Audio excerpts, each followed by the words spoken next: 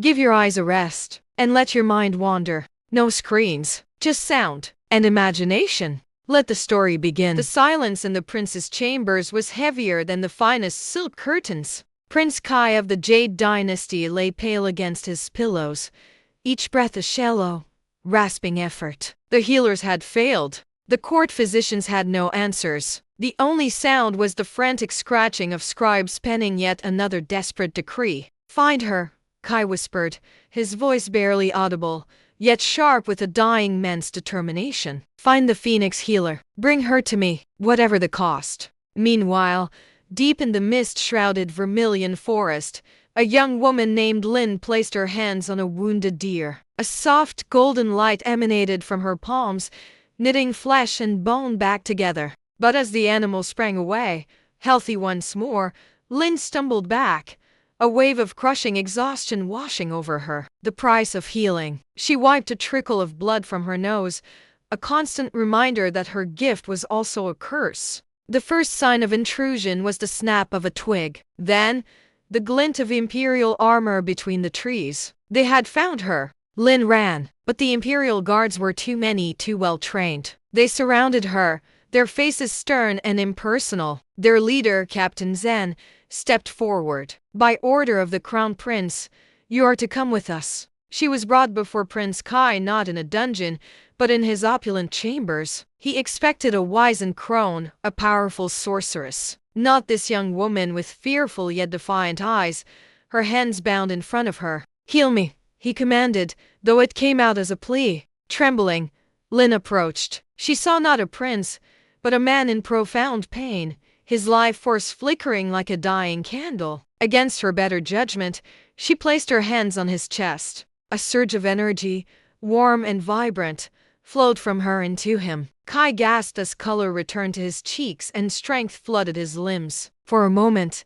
their eyes locked. He didn't see a tool or a resource. He saw the profound cost in her eyes, the pain she endured to give him life. And she saw not a ruthless prince, but a vulnerable man, terrified and grateful. As she pulled away, visibly weaker, a single thought echoed in Kai's newly cleared mind.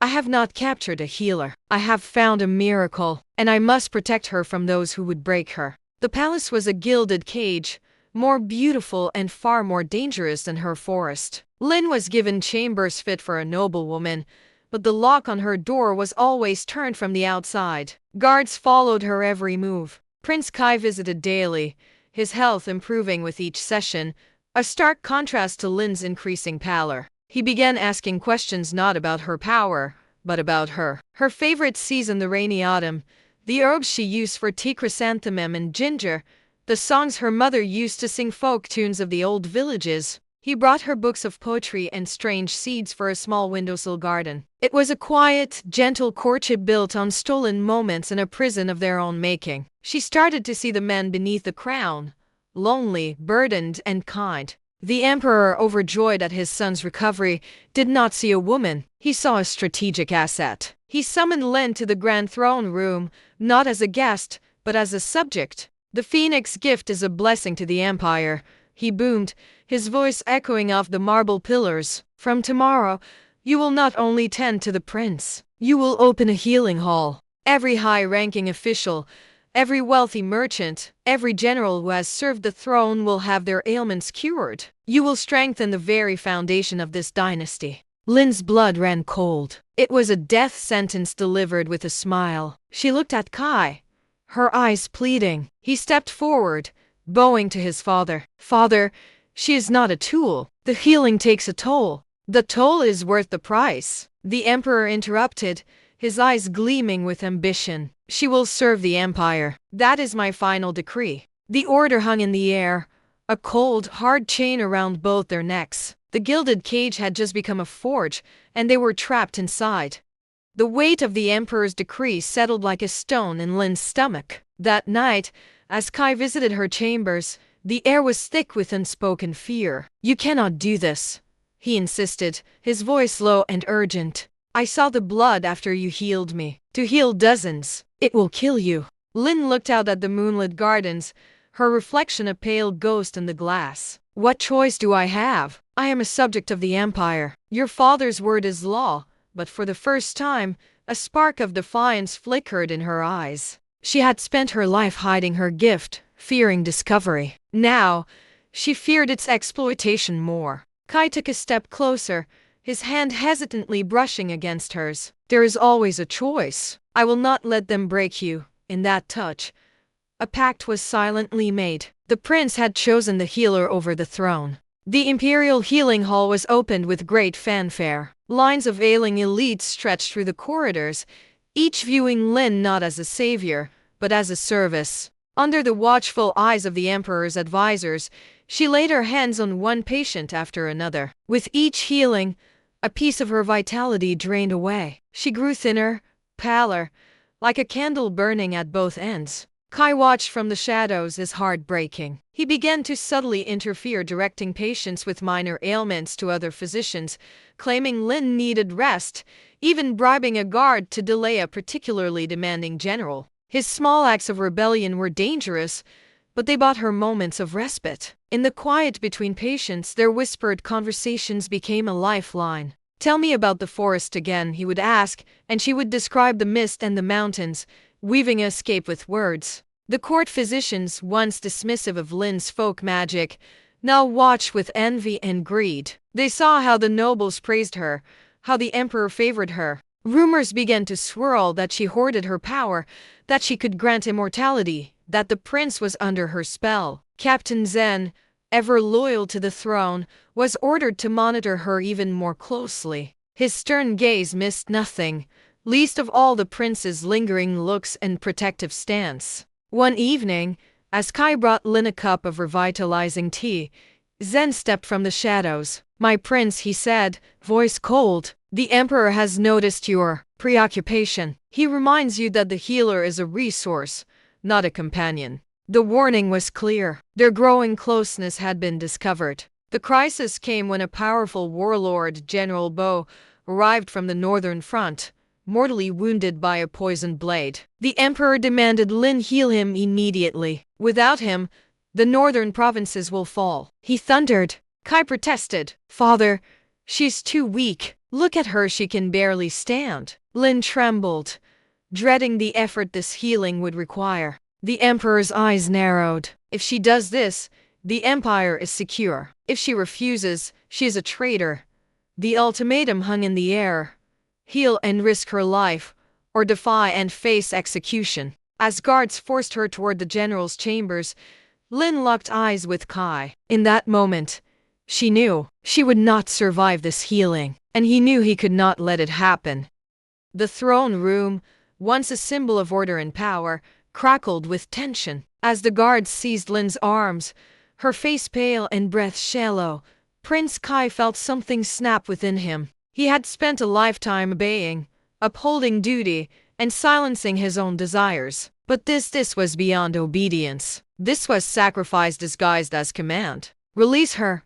His voice, though steady, carried a sharpness that cut through the murmurs of the court. All eyes turned to him, the courtiers, the advisors, even the stone-faced Captain Zen. The emperor rose from his throne, his expression a storm of disbelief and gathering rage. You forget yourself, Kai, the emperor said, each word cold and precise. This healer is the property of the throne. Her gift serves the empire. Kai stepped forward, placing himself between Lin and the guards. He met his father's gaze, something he had rarely dared to do. She is not property. She is a person, and I will not let you drain the life from her for the sake of political convenience. The emperor's eyes narrowed. You speak like a love-struck fool, not a prince. Do you think your sentimentality will protect her? Or you? I speak as your heir, Kai replied, his voice rising. And I say that an empire built on the corpse of an innocent is no empire worth ruling. For a moment, silence held the room. Then the emperor gestured sharply. Seize them both.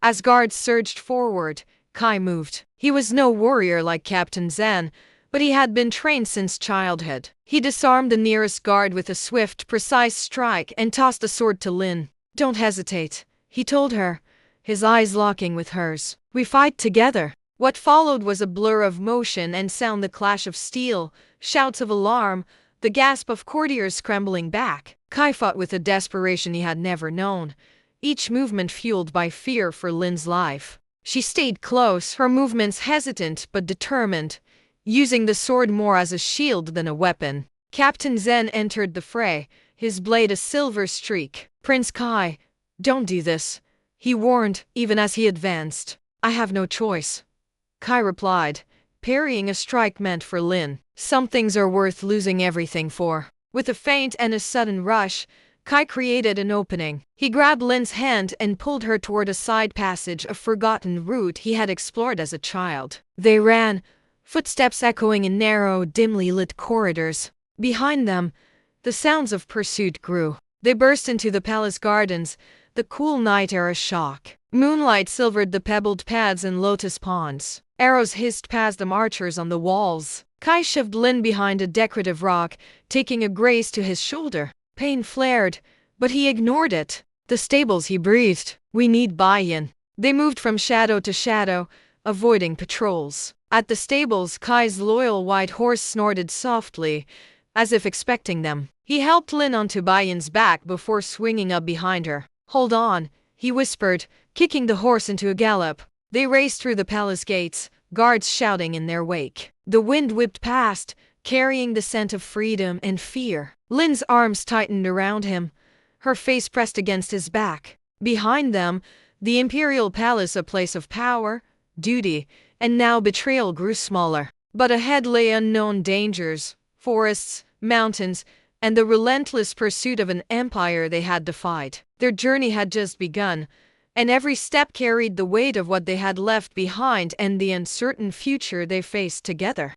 The forest enveloped them in a cloak of shadows, the dense canopy shielding them from the moon's full gaze. Bayin's hooves beat a frantic rhythm against the uneven earth, each stride carrying them farther from the only life Kai had ever known. Lin clung to him, her face buried against his back, her breath coming in ragged gasps. She was exhausted, not just from the escape, but from the relentless drain of her gift. Kai guided Bayin with a firm hand, his senses heightened by adrenaline and fear. Every rustle of leaves, every distant animal cry, felt like a threat. He knew the Emperor's reach was long, and Captain Zen was relentless. They needed to find shelter before dawn. After what felt like an eternity, they reached a shallow cave hidden behind a waterfall. The sound of rushing water would mask their voices, and the entrance was all but invisible from the outside. Kai helped Lin dismount, his hands lingering on her waist as he steadied her.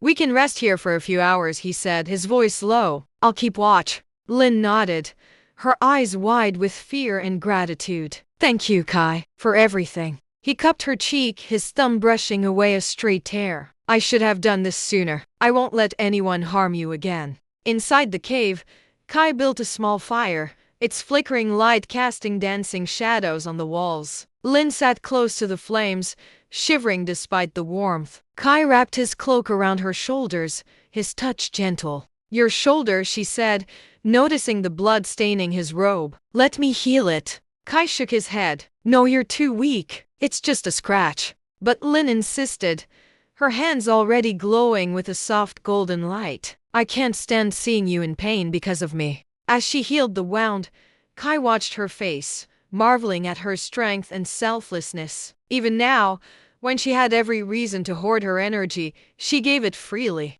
When she finished, she swayed slightly, and Kai caught her, pulling her into his arms. "Rest," he whispered, holding her close. "I've got you." For the first time, there were no walls between them, no titles, no duties. Just two souls seeking solace in each other. Lin fell asleep in his arms, her head resting on his chest, while Kai kept watch, his heart aching with a mix of fear and hope. Dawn was approaching, and with it, the certainty of pursuit. But for now, in the quiet of the cave, they had this moment of peace, a stolen fragment of happiness in a world that wanted to tear them apart.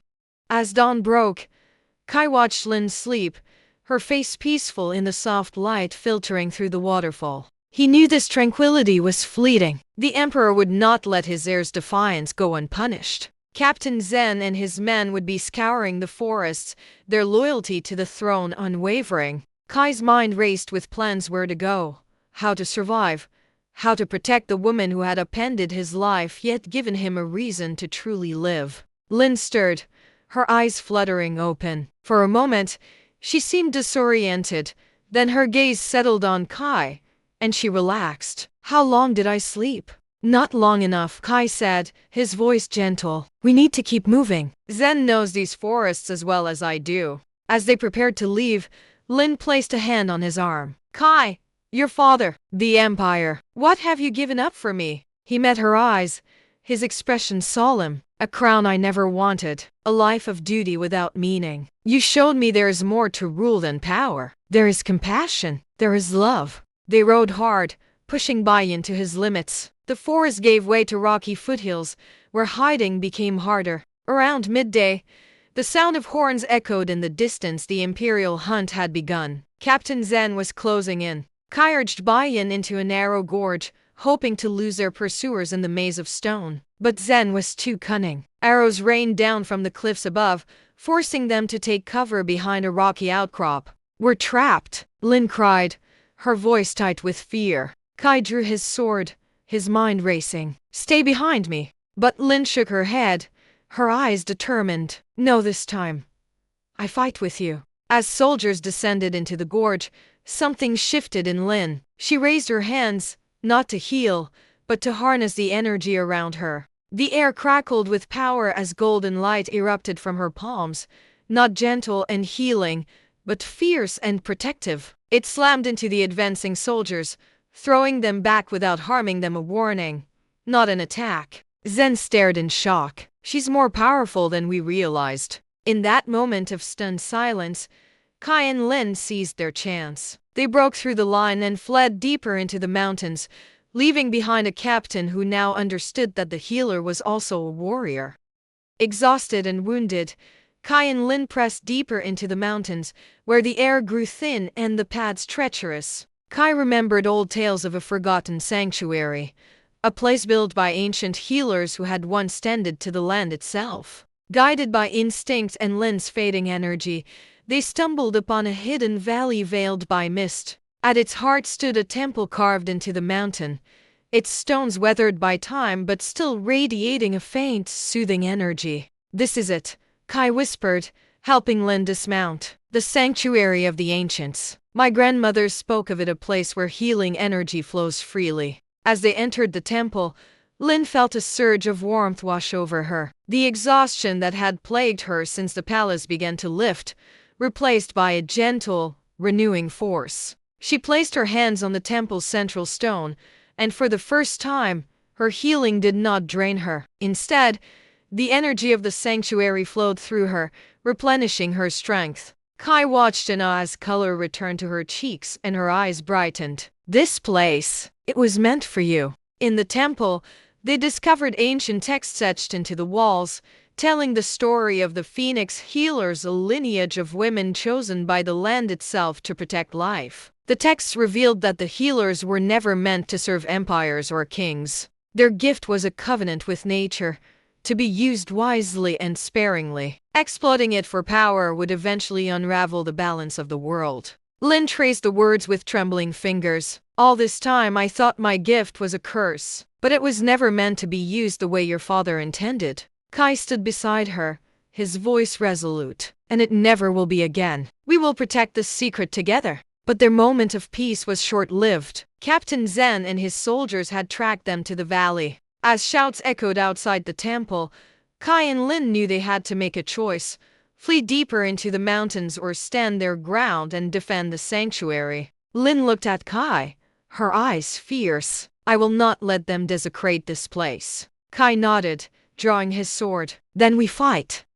The temple entrance was narrow, a natural choke point. Kai stood firm, sword in hand, while Lin positioned herself behind him, her hands glowing with the sanctuary's energy. Captain Zen and his soldiers advanced, their faces set with determination. Prince Kai, step aside, Zen commanded. The Emperor demands the healer's return. Do not make this harder than it must be. Kai's grip tightened on his sword. I will not let you take her. This place is sacred. It is not yours to claim. As the soldiers rushed forward, Kai met them with a fury born of desperation. He fought not as a prince, but as a guardian, each strike meant to disarm, not to kill. Behind him, Lin harnessed the temple's energy, creating barriers of light that slowed the soldiers' advance. She did not harm them. Instead, she used the energy to confuse and disorient, giving Kai the advantage. But Zen was relentless. He broke through Kai's defense.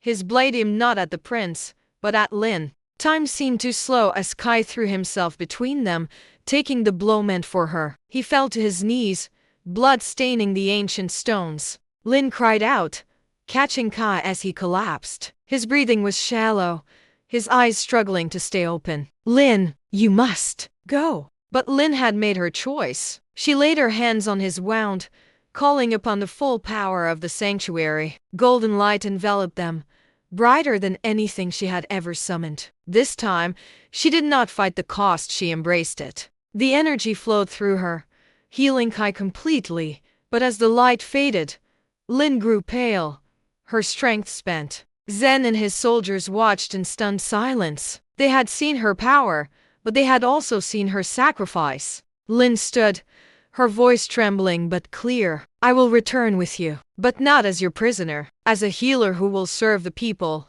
not the throne. If you refuse, I will let this gift fade from the world forever." Zen lowered his sword, his respect for her outweighing his orders. He nodded. "The emperor will hear your terms." As they left the sanctuary, Kai walked beside Lin, his hand in hers. They had lost their freedom, but they had gained something greater, a chance to change the empire from within. If this tale touched your heart, don't forget to subscribe. More stories await, only on Drama Tales.